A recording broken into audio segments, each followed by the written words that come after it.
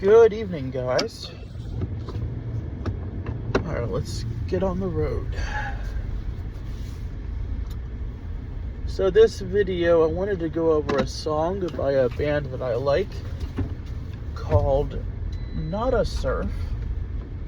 That's the name of the band. The song is called Inside of Love. And this song is written by the lead singer, Matt Caws, about how his home life growing up with the rocky marriage of his parents made him feel like he did not know what true love was. So that's like what the meaning of the song is, I guess, in a literal sense. But I want to go over this song because I think it relates to addiction, especially with regard to lust addiction. I think there are things in this song that we can learn regardless of what addictions we are dealing with, regardless of whether we are even addicts. I think this song has some good lessons. So, disclaimer, I obviously do not have the rights to this song. This is strictly for commentary purposes. I'm going to play parts of this song. I don't know how long it'll stay up on YouTube, but if you like what is in this video, then like, comment, share, and subscribe. Alright. 1 second. Alright. Let's begin with the song.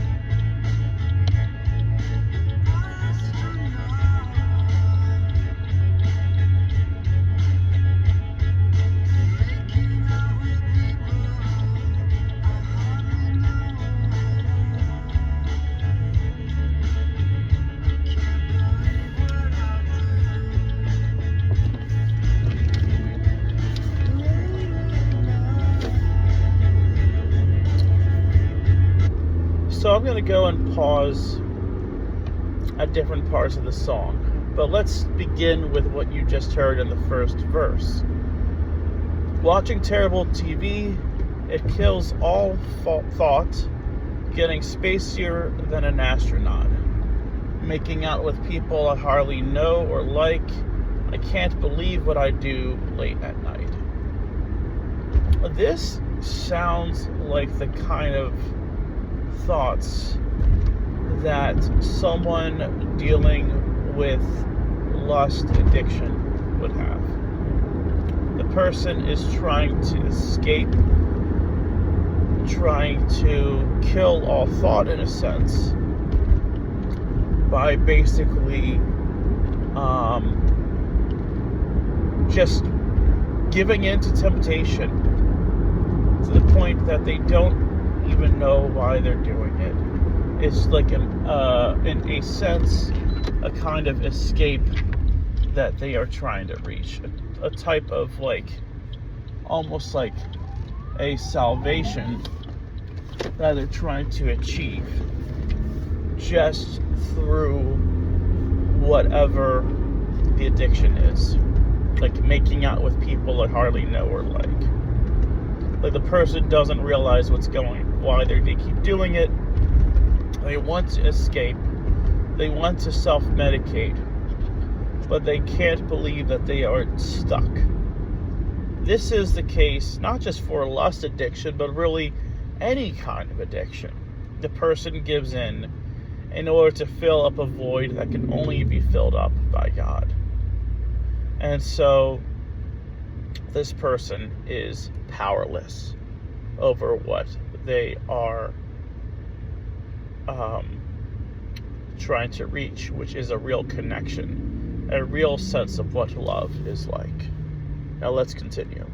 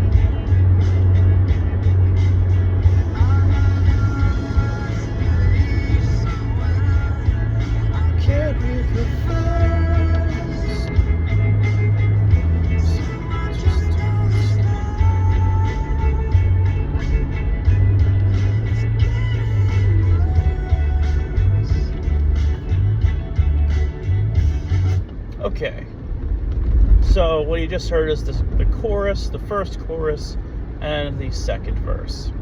So, I want to know what it's like on the inside of love. Standing at the gate, I see the beauty above. It's like this realization that, like, the person who is addicted, they want to know what true love, true connection, true freedom, and happiness is. But they are stuck. They are standing at the gate to what would ultimately be their freedom. But they can't get in. They are stuck. This is what step 1 is all about. Admitting powerless over the addiction. And admitting that it makes one's life unmanageable. And this is very relatable to what I talked about very early on in my channel about the story of the person who was paralyzed. The person was paralyzed for 30 or 40 years rather, and they wanted to try to get to the spring in order to be healed, but they can't make it each time. It's like they are laying right near that spring, wanting to be healed, and yet they can't reach it. So it's very relatable to the line that says, standing at the gate, I'd see the beauty above. A person who's stuck in addiction cannot see. They can see what can happen with freedom, but they do not see a way of getting there. Which leads to the second verse. Only when we get to see the aerial view do all the patterns show and we know what to do. I know the last page so well, I can't read the first, so I just don't start. It's getting worse. The 12 steps, in a way, can be considered the aerial view. And by aerial view, I mean the view that God sees. God gives us a way out, a way of life, a way of purpose to be our true identity as being created in His image and being sons and daughters. So when we take up the way to freedom that God gives us, we are taking up the aerial view, and it's at that point that all the patterns show, all makes sense when we make those steps to freedom. I know the last page so well, I can't read the first, so I just don't start. It's getting worse. It's again like this idea of standing at the gate. One can see what can happen if one gives themselves to freedom, but they don't know how. This is like the case for people before they come into the 12 steps, before they experience like true and lasting conversion. They know that there is this possibility, but they cannot imagine themselves to reach it. They can't imagine themselves to reach true freedom. And it's by having the aerial view taught to us, especially by other members of our fellowship, if we are in 12-step programs, it's by what has been handed on that we can truly know freedom. That's what the gospel is. The gospel is the good news of our freedom. Because Jesus Christ proclaimed freedom to those who were captive. Now with that, let us continue more with the song.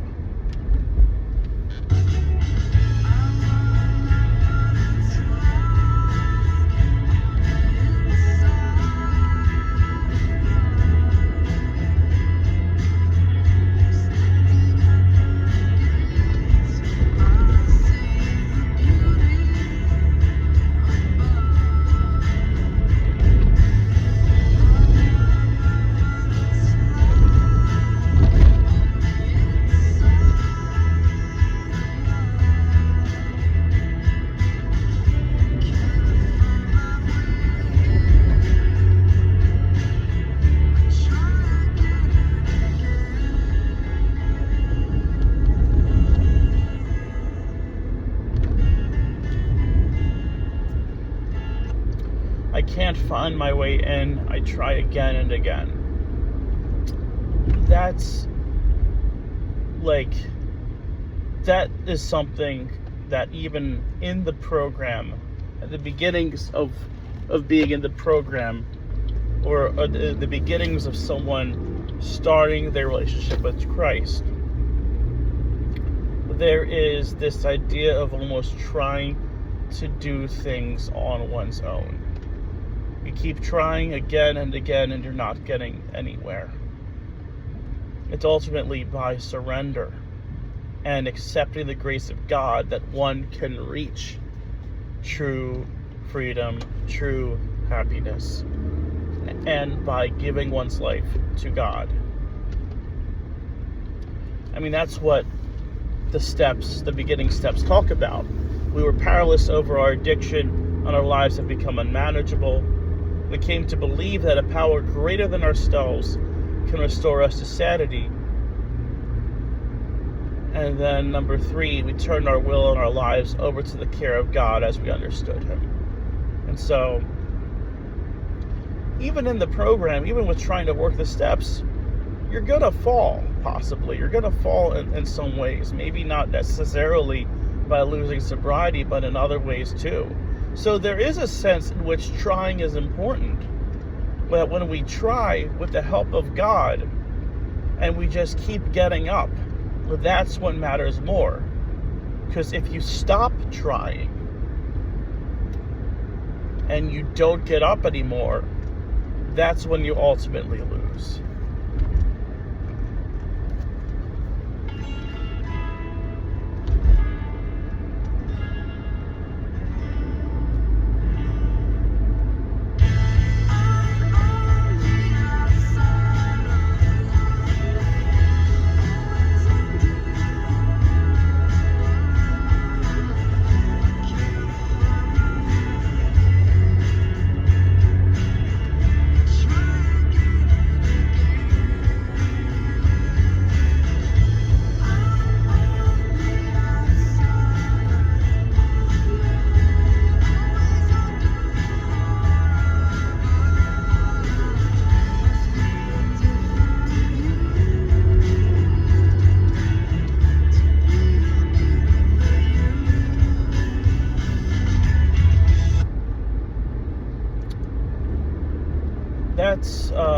I like that line.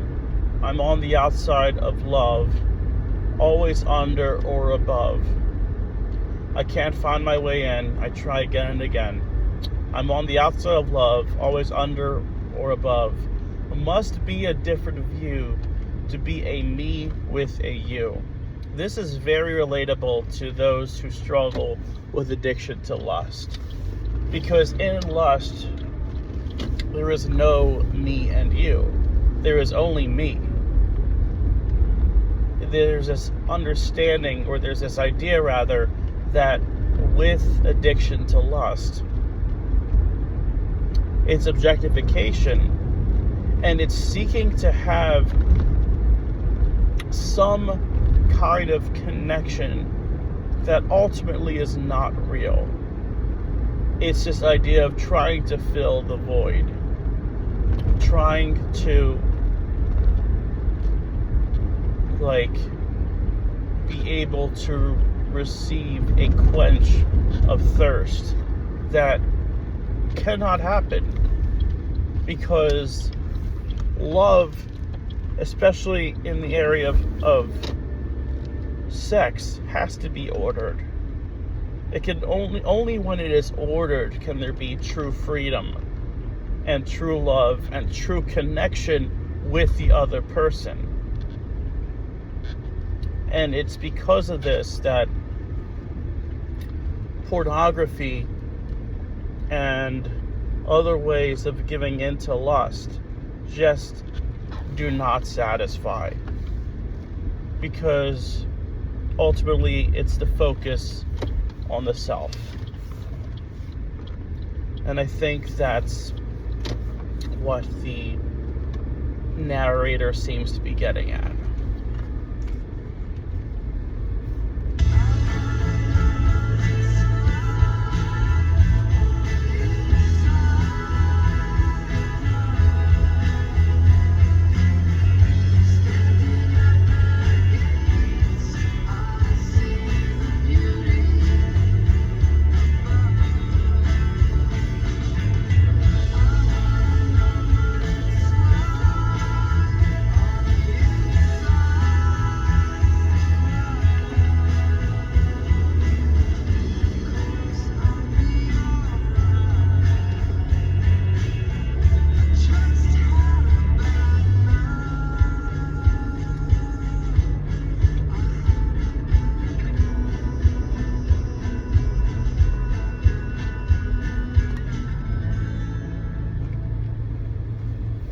Of course, I'll be alright. I just had a bad night.